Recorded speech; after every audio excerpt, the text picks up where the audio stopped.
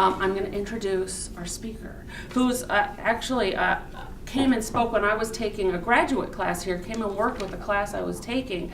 He's a playwright and a teacher and works in TV and has had plays produced.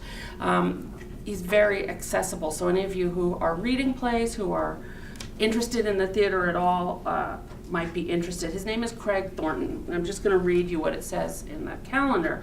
He's an award-winning playwright whose plays have been produced in New York City, Los Angeles, and regionally. In 2011, he was featured in a news story on CNN discussing his play In My Shoes, and was in a congressional study on the therapeutic power of theater. He currently has 4 productions scheduled for 2014 and has a BFA from NYU and an MFA from Goddard College. So we can welcome him here, and make sure to turn off your phones and take notes and get ready for question and answer at the end. So welcome, Craig.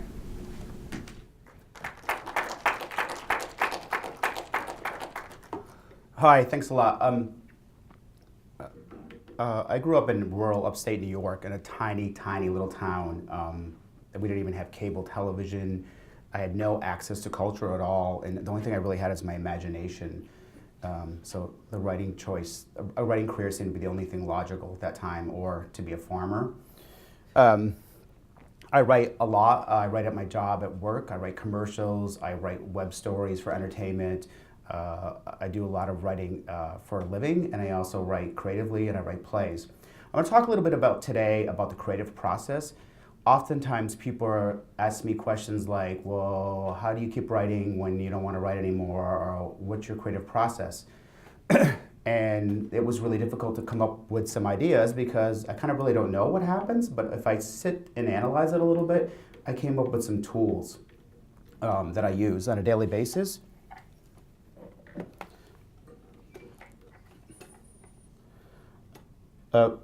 What I like to say is the creative process has no beginnings, no ends, no results, no agenda. There is no right, there is no wrong, there is never satisfaction. But it also isn't defeat as long as it is happening, and it is happening when you're still open. When you are open, the process can happen, but when you are closed, it cannot.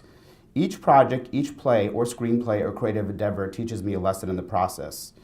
I used to work a lot from the outside in. My earlier work involved outlines and were built from the outside in.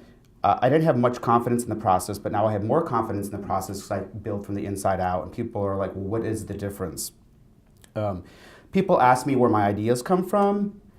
Where did I get a particular idea for a particular play? I usually say, I don't know, I'm not sure, or most alarming, I have no idea where any of this came from.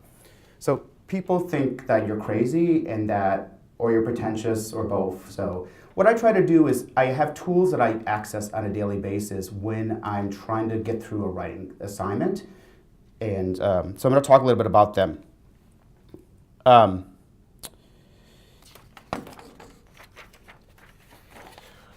learn a lot from other writers. One of my favorite writers is Edith Wharton, and she had something called a dossier book. So I keep a notebook with me at all times, and I also do something called collage writing. And collage writing is not literally like paintings, but it's where I come up with different ideas. So when I'm writing a play, I have an idea for dialogue or character or scene, and I write it in a little notebook, or I write it like on a computer screen, and then I move things around. So people say to me, well, when do you stop making notes, and when do you start writing the play? So what I usually do is just keep on making notes, keep on making notes, keep on making notes. And anything that you write that you think isn't important can be important. So what usually happens is one idea becomes bigger than the rest. I'll start realizing that this idea belongs in this project. I have no idea where these 42 other ideas belong. So then I start creating that project from scratch based on all the collage writing. So when you sketch something, it's a similar idea. You're sketching the beginnings. So I really feel that you should never go into a project knowing where it's going to go, because that never happens. So think of it as family snapshots. If you were organizing a wedding or something, think about organizing the snapshots a particular time in that couple's lives and how you would organize them to create some kind of linear structure that would make you feel comfortable with sharing that with somebody else. That's one way of looking at it. Or laundry. Think about it as laundry. I know this is a silly example, but you have your lights, you have your darks, you have your whites, and typically what's the batch that you normally do first? The biggest pile, correct? So I know that sounds silly, but that's the way it works. So if I have a play in my head about, I don't know, I've got like too many right now, but I have a play in my head about this blizzard and this family, this crazy family stuck in the house in the blizzard. Then I have this play in my head about this woman from this legend from the War of 1812, this famous woman who really wasn't a legend, but the myth is that she was. So then I have 100 other ideas. When one pile of laundry becomes so big that it can't be ignored, then I will tackle that project. So that's sort of an example. But don't be afraid to accidentally throw like a white sock in the dark laundry because you could use it. Unlike real laundry that will get messed up, your writing will never get messed up if you have an extra idea in there. So don't limit yourself and think, this is the only place that this idea can work. This is the only place that this idea can work. This is the only place that this character can work, because it's all malleable eventually. So, laundry, family snapshots, whatever how you want to think of how organizing it is.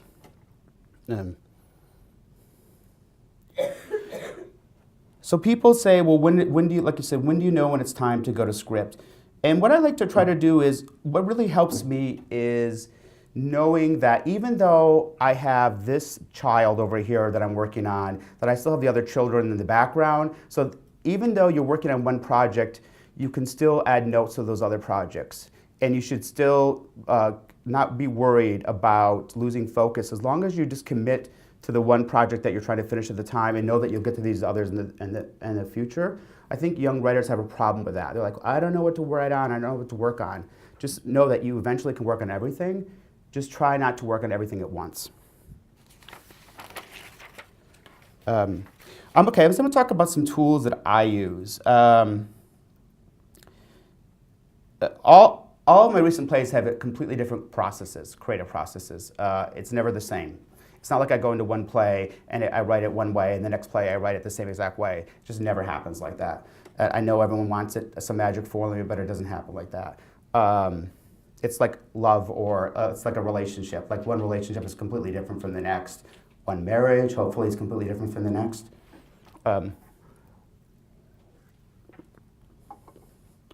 So one of the biggest tools I use is my own experience.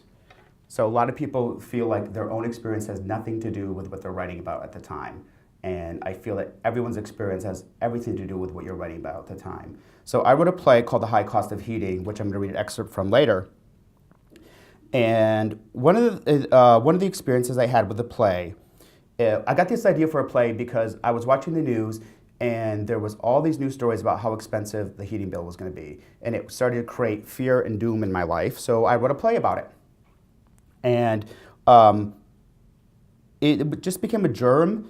And the play changed drastically. It went from like a realistic play to an absurdist play. So I'm in the middle of writing the play, and I'm completely lost, and I have no idea what I'm doing, and I'm terrified. So I'm in the kitchen, and all of a sudden I open the Tupperware cupboard, and all the Tupperware falls out, and it's a big mess. So I write into the play that the woman in the play is, the entire play is trying to match the lid of the Tupperware with the bottom, and it can never be matched. And this was based on my own experience.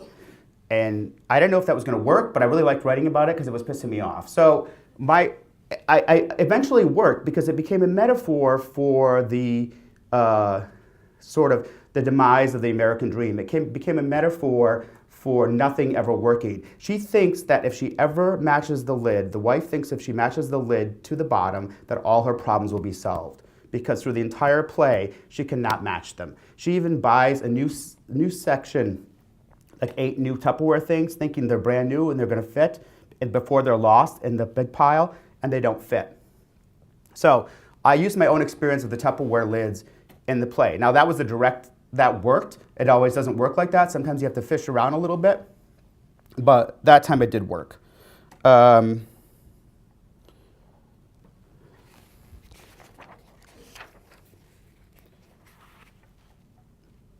I also use music a lot when I'm writing.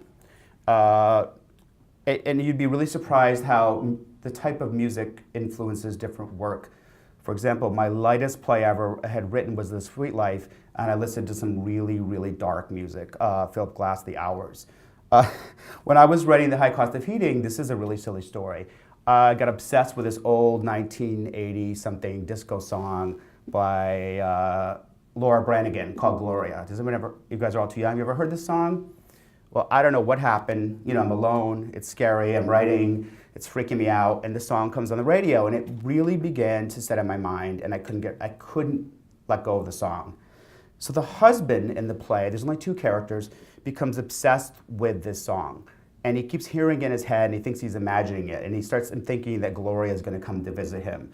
And this went through several drafts, over and over and over again. And all my friends are telling me, you've got to lose that song, Gloria. You've got to lose it. I'm like, no, I'm not losing it, you know? But eventually I did lose it. It didn't become part of the play at all. It got taken out. But my point is that music really inspired me it really connected to me, his character emotionally, how he felt that he was going crazy, and he was identifying with this song. And he was also being alienated from his wife at the same time because she was so sick of hearing it. So it really worked as a dramatic tool, but I ended up taking it out. I think music is really important. I think all art forms are really important for writing.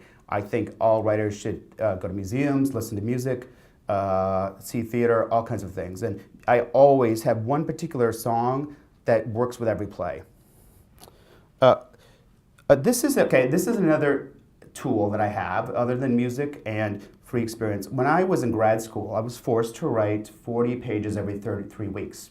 So this is a terrifying experience, and I would not recommend it for anybody. I knew I had to turn in some pages, and the play was in the crapper. The play was a real mess. I didn't know what I was possibly going to do, and I just started writing words that made no sense.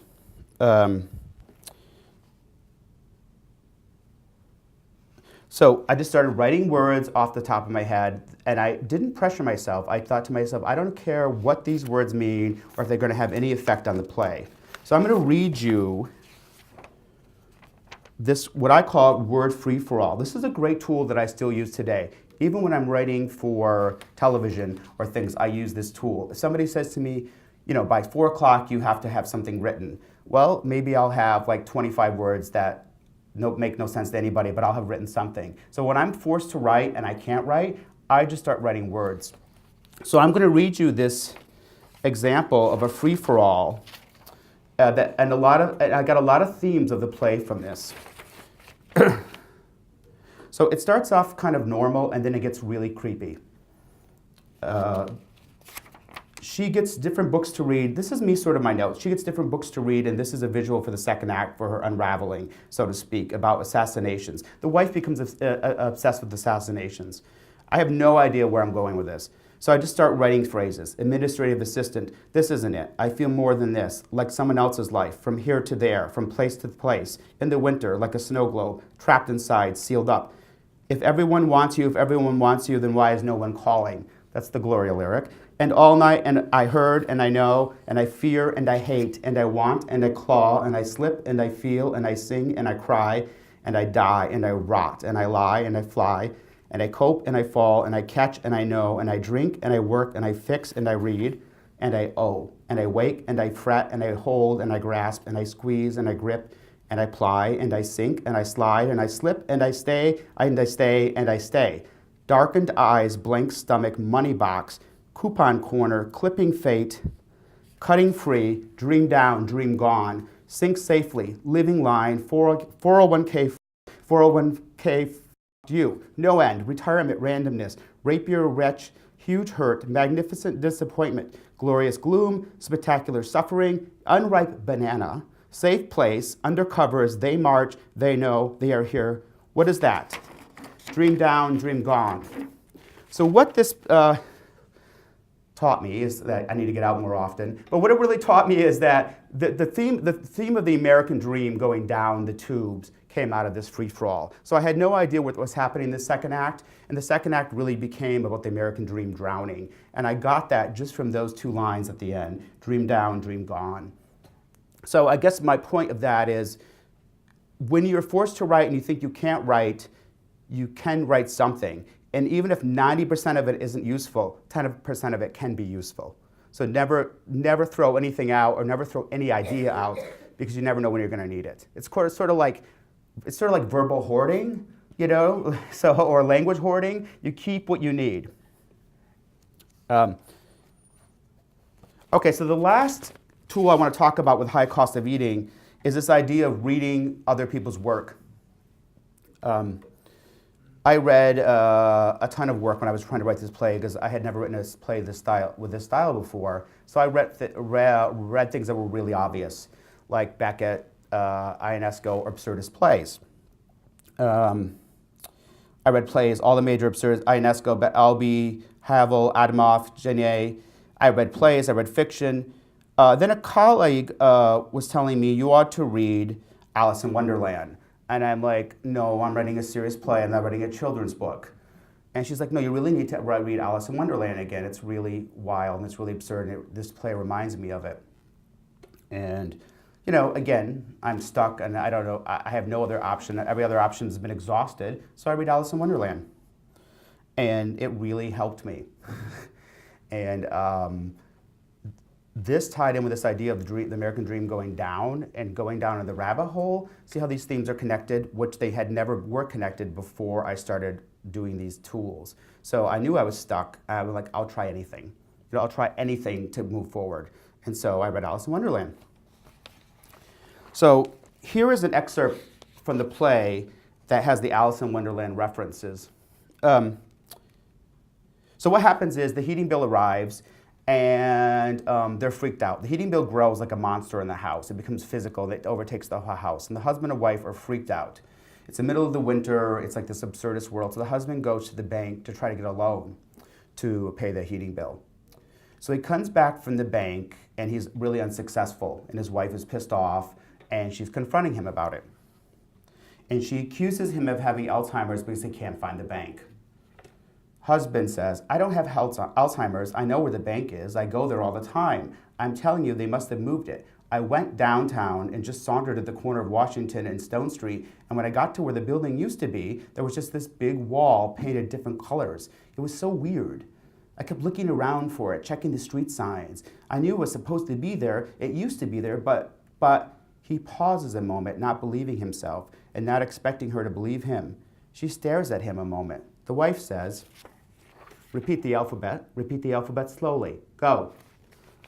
The husband says, it wasn't there, and the wall was all different colors. It was really beautiful, like a big painting, real but not real. I'm standing there looking up at it, trying to understand what is happening and feeling like it was a dream, that I slipped down into or crossed over into something, and a door opened. And Connie's son came out of the wall. The bank loan manager came right out of the painting and was wearing a big tall hat. He was all smiles and said, today we are giving free gifts to new loan applicants. And he handed me this big bag and closed the door. The wife snatches the bag out of his hands and looks inside. Wife, hallelujah. She pulls out a new set of Tupperware. Husband, I tried to find the handle of the knob to get inside the wall to see him again because I hadn't actually filled out an application, but there wasn't any knob or handle there. I started touching the wall, scanning it for a crevice or crease or crack or some way to get in.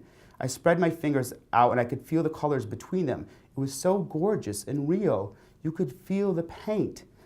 During the above, the wife takes out the new Tupperware, opening the plastic seal. They have been packaged as two groups, lids and bottoms. She carefully separates the lids from the bottoms and makes sure that they aren't confused with the ones that she was already working with. The wife, okay, not this one. I'm gonna make it work. The husband says, then I heard my name.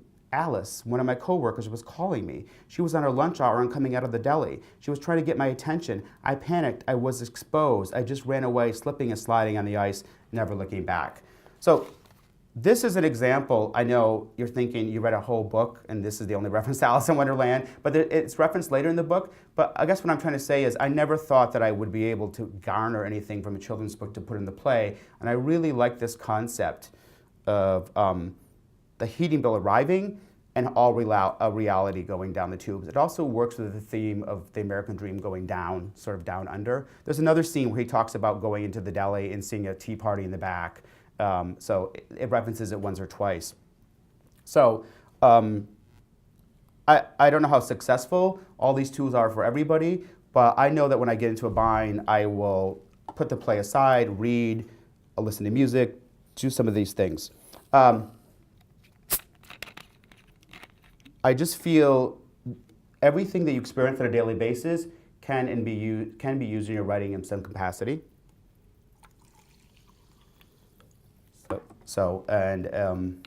That's been my personal experience. Another thing I want to talk about is how time is part of the process. There's this concept that you sit down to write and it's done and it's over and you can move on your merry way, or that you have 3 months to write something. At the end of the 3 months, it's a polished draft and that's over. Or if you go to do the second draft, you wait like 2 days and then you start the second draft. Well, time is also part of the process. Again, it's sort of like a long marriage. You know, there's going to be some years that are really fun and there's going to be some years that are really not so fun. And so when you learn that it's at the long haul, you learn about how time can take you. Time really helps you understand things about a piece that you didn't understand, say, 6 weeks ago. I think physical exercise also is part of that time process, a lot of running or jogging, something like that, that's completely different. The second piece I want to talk about is this play called The Sweet Life, which I wrote and was produced in 2006, and it's getting done again this fall. This play is a perfect example of how time really worked in the process. I had written this play when I first moved back home to rural upstate New York after being away a long time, and it's about this crazy family that owns a chocolate factory where everyone's obsessed with chocolate, and they're all weird. And it's a reverse world where everyone in the family is overweight and obsessive, and they are normal, and then the sister comes back from New York, and she's thin and successful, and she's abnormal. Like, she doesn't like chocolate, and she's thin, and she's like got a job, but she's the weirdo, and they're all normal because they love chocolate, and they're overweight and live in this big house. So I really like this concept of flipping that. And so what I didn't realize when I was writing this play, that it was really a homecoming story, that like I didn't realize that this was my story transferred to the sister in New York. I was so far removed from this idea that I made her a woman, and I made her completely different than me because I didn't think I had anything in common with this character. But as I was writing the play and she was criticizing her small town family and her small town life and talking about how everything was better in the city and how she never wanted to come home again because it was the worst thing that could possibly happen to her, I realized that this was my story and I was living this story. So it's really interesting how I didn't understand that at all. I had a reading of the play, and the ending was really bad. And right during the reading of the play, this woman comes up to me at intermission and says, and there was like 80 people there, and says to me, "Wow, I really like this. I sure hope the family stays together." And I'm like, shh, that's not gonna. I hadn't write the ending that way. I said, that's not what happens. What happens is, she's a bitch and she leaves her family and deserts them. And, and that was really wrong. But I couldn't see that because I didn't understand that play was really about my homecoming. It took a total stranger to come up to me and say, "I love it. I hope the family stays together." And I'm like, well, then you might want to leave during your intermission because that's not what's happening. And I also had a friend from California call me and tell me the same thing. I tried to rewrite it. The reading was like, I don't know, 7 o'clock. And I came into the reading at 6:45, and I had tried to fix the ending, and I gave the actors all new pages, which they really loved me for. And I knew, but as soon as I got a call from California, my friend said to me, "I love it, it's your best thing ever, but that ending, it just doesn't work. It doesn't work at all." I'm like, "You're full of crap, I don't need you. But then I started rewriting it. Then what happened is, okay, so the play, I understood that there was problems with the ending. Again, it's a time issue. So the reading was like in 2004. So I go back, I try to fix it. The play gets produced in 2006.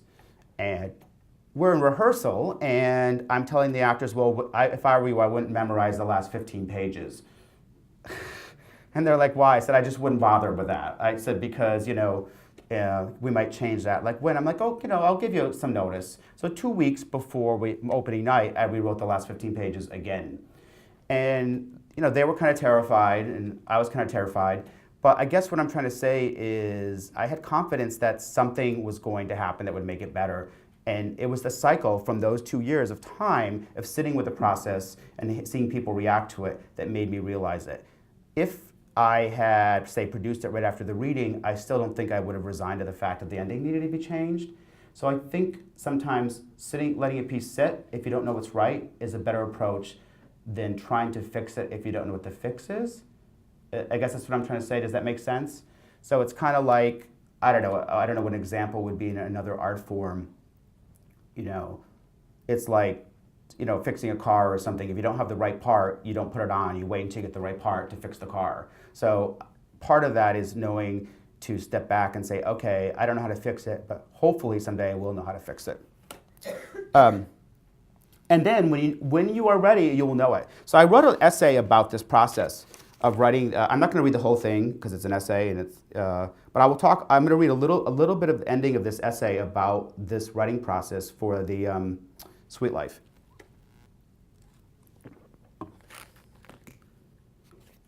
The ending of The Sweet Life was incredibly laborious. I rewrote it several times before the premiere stage reading. I arrived at the Lake Ontario Playhouse at 6:45 with a new version of the last 10 pages. Incredibly, the start time was 7 p.m. The cast remained calm and focused as they watched swap old pages for new. A great ending should feel inevitable but plausible, hopefully surprising yet within the theme of the play. I don't know exactly what the last moment of action was to be, but I knew I wanted the feeling of bittersweet, a fine line between hopelessness and hopefulness. The original ending was a disaster. There was not a feeling of hope at all, just bleakness. It was bitter without the sweet. Not my intention at all, and certainly not appropriate for the 2 hours of laughter that preceded it. There was also all this talk about how the play had the ending of the play was different from the rest of the play. Fortunately, everyone who read it said the same thing. This is something else I really recommend. If you're showing your work around and 8 people tell you the same thing, listen, this is really important because I know that people think, well, it's my work and I don't have to listen to anybody. Well, if there's people that you trust, listen to them, because if one person says it and nobody else says it, then I think they're on the wrong track. But if 8 people tell you the same thing, like this happened to me, it took like 8 people for me to come to my senses, listen to them. They all knew something that I didn't, that the ending didn't work, because the old Craig had written it. I'm perplexed now, but fondly must admit, hope has become part of my life. In the 5 years since I returned to my hometown, the feeling was so new, I was slow to recognize it in myself. The realization that the original ending was void of hope coincided with the realization that I suddenly possessed hope. It was holding on to my half-glass attitude. I was holding on to my half-glass attitude when I should have been holding on to the half-full attitude, which I realized I never even had. So perhaps the biggest surprise of This Sweet Life isn't that the enthusiastic reception of the play, but that I wrote it at all. It came from me, something so joyous, its hard edges smoothed over by the love of chocolate, family devotion, and internal hopefulness. The cynic in me was momentarily conquered. So this is why I like this example, because I learned a lot about myself with this particular tool. Again, I let the play sort of listen to people, and I let the process of time affect the process of the writing. The last thing I want to talk about, I tend to call this lecture Tools, Trust, and Truth. Tools, Time, and Truth.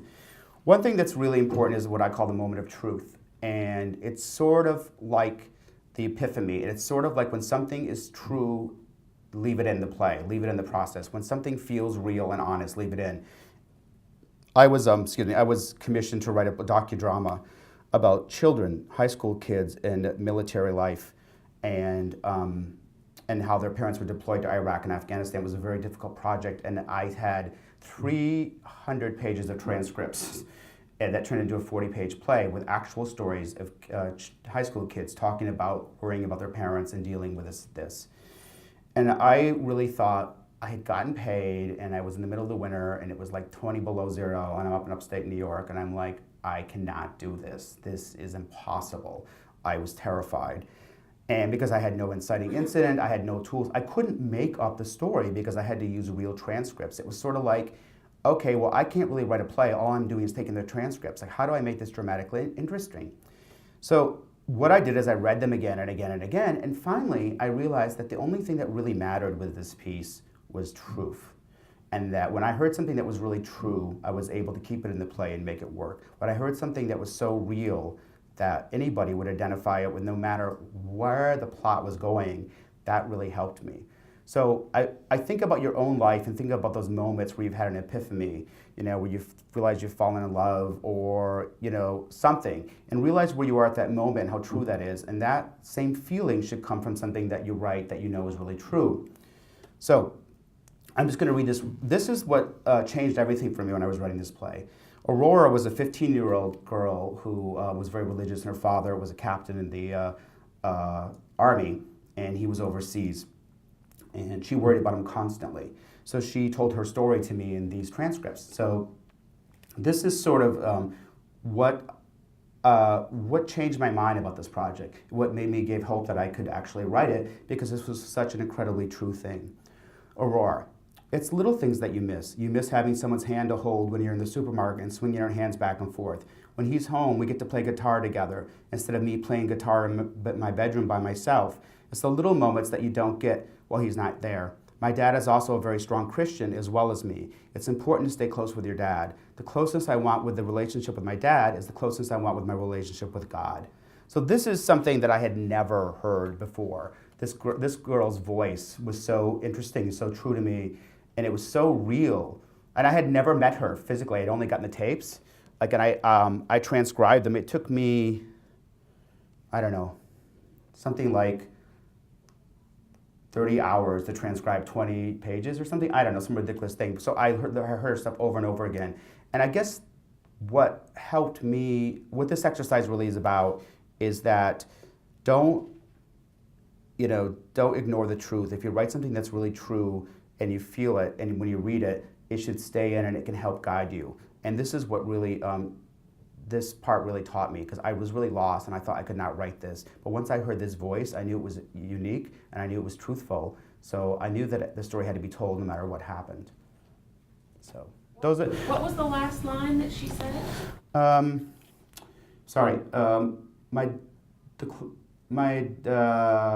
closest I want with the relationship with my dad is the closest I want with my relationship with God. So somebody who has a completely different background than I do, and I also have one from Garrett. I'll read this one as well. This is another girl who was 15, whose father was also deployed. This also was an incredibly real moment. It's not like I worry every day about my dad. It's every now and then. I'm like, oh wow, my dad's really gone. He's not home. I wonder what he's doing, And sometimes that's in aisle 8 of Walmart. Whoa. So again, these are two different girls and two different voices, but very distinct, real stories. And I think whenever you're dealing with something that's real, no matter what the genre, you're going to know it. Like, that's part of your job as a writer. It's part of your job as a person. When someone's lying to you or telling the truth, you know the difference. It's the same thing with writing. When you're writing something that's real, you'll know the difference. So what kind of questions do you guys have? I would think that his writing process would apply to other kinds of writing that you do. A lot of what he's saying reminds me of what we're going over in my classes. But what questions do you have?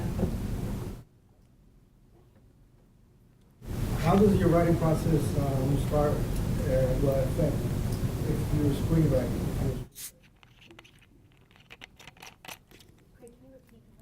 Yeah, I think he was asking how is the process different for screenwriting, or how is my process different for screenwriting as opposed to other genres? Yeah, I mean, every genre is different. So screenwriting is a visual genre. So I think in pictures when I write screenplays as much as I possibly can.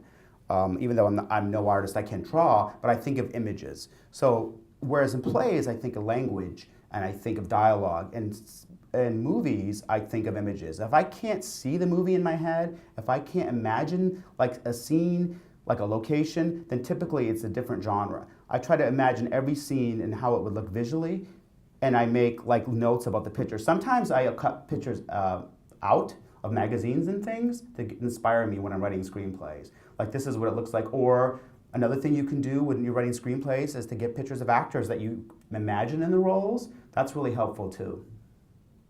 When it comes to screenwriting and plays, does your muse also react the same way? Yeah, I mean, it's very similar. It's very similar. I try to work from character, a lot of character work, and from character base. But Screenplays, I typically will use more, even though I say don't use an outline, typically screenwriting, I use more of an outline than I do with playwriting. They're so story oriented that I'm afraid of getting lost without some kind of like linear track. Is that what you're asking? Well, basically, I want to see how's your muse stay when you. Oh, how do I stay focused? Right, with your muse. Oh, yeah. Well, I try to, lots of times I have actors come over and read scenes at my house in the middle of it. Like, that helps me sometimes, and I can tell if it's working or not. There's also a program that you can put scenes in and it'll read it back to you as actors are speaking. Actors are really crucial if you're working in screenplays or plays. What's the name of that program? Final Draft.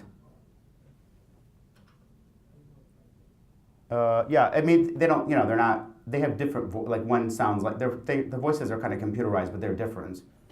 But actors are really great when you're writing screenplays and plays. That like invite them over and give them pizza or something and they'll read for you.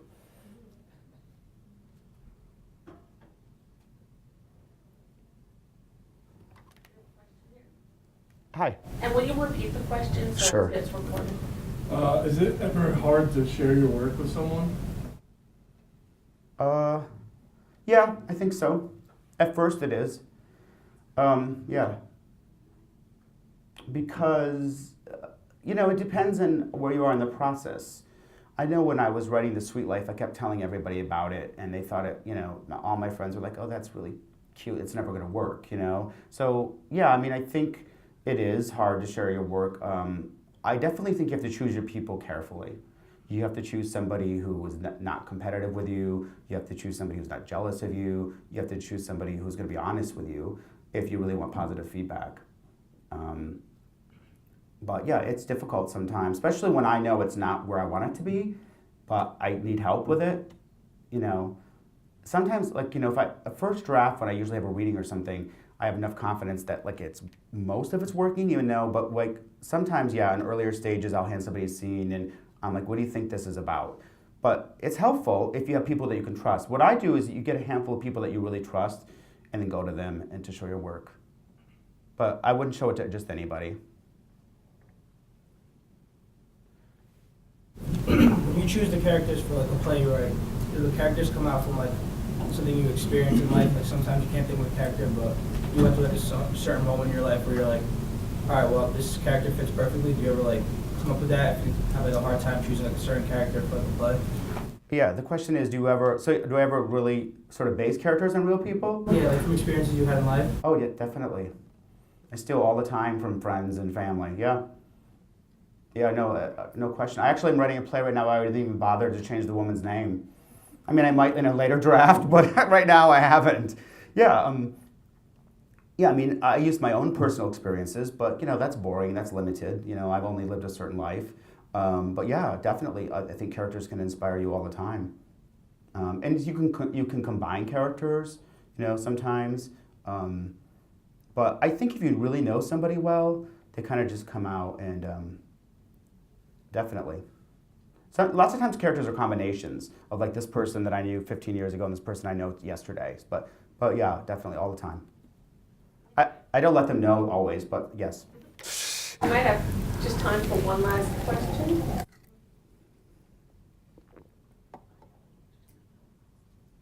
Oh, go ahead. But Do you mostly write your pieces on love, like dealing with like family? Because like everything you write is like mainly about like loving, whether it's like mother and daughter, boyfriend and girlfriend. No, not really. Those particular, my newer pieces are more about family, yes. My older pieces were not. Typically there was always a mother. I mean, I would say that is not something that, there's always a mother character. But no, some of my earlier pieces were angrier and they weren't family-based. They were more like single people, but newer pieces, yes. I think the family dynamic is really incredibly volatile for conflict, and you can never stop writing about it. And that's another thing, like just because it's your family it's interesting. You know, so don't think it's not interesting, because it is. I have a friend whose family is so messed up. I keep warning him that if he doesn't write about them, that I'm going to write about them. Do you always get to direct your own plays? No, no, not at all. I just had a play done in Phoenix, and I never went. Is it painful when someone else is directing it? I mean, And not if I don't have to see it. It can be, yeah. I mean, I've had a play, I was living in Los Angeles, and I had a play done here in New York, and a friend of mine was directing it, and I flew in for the last week of rehearsal, and that was the end of the friendship. Yeah, it can be. I direct them like if they're done regionally, and like upstate if I'm available. But yeah, I mean, I can't direct them all. But playwriting and screenwriting are collaborative processes, so you really have to learn how to collaborate with directors and actors, and you just hope that they understand it. I mean, they will consult you. Like when I had the production in Phoenix, they Skyped with me in the interview, and to be honest with you, they were really smart. And you know, they found a mistake in the play that I didn't even know I made, and I just pretended like it was on purpose. You know, so you just hope that the people understand the play. And usually you have a discussion with them about the play before you consent to them directing it. I think we're out of time now, but this was fantastic. Thank you so much. Thank you.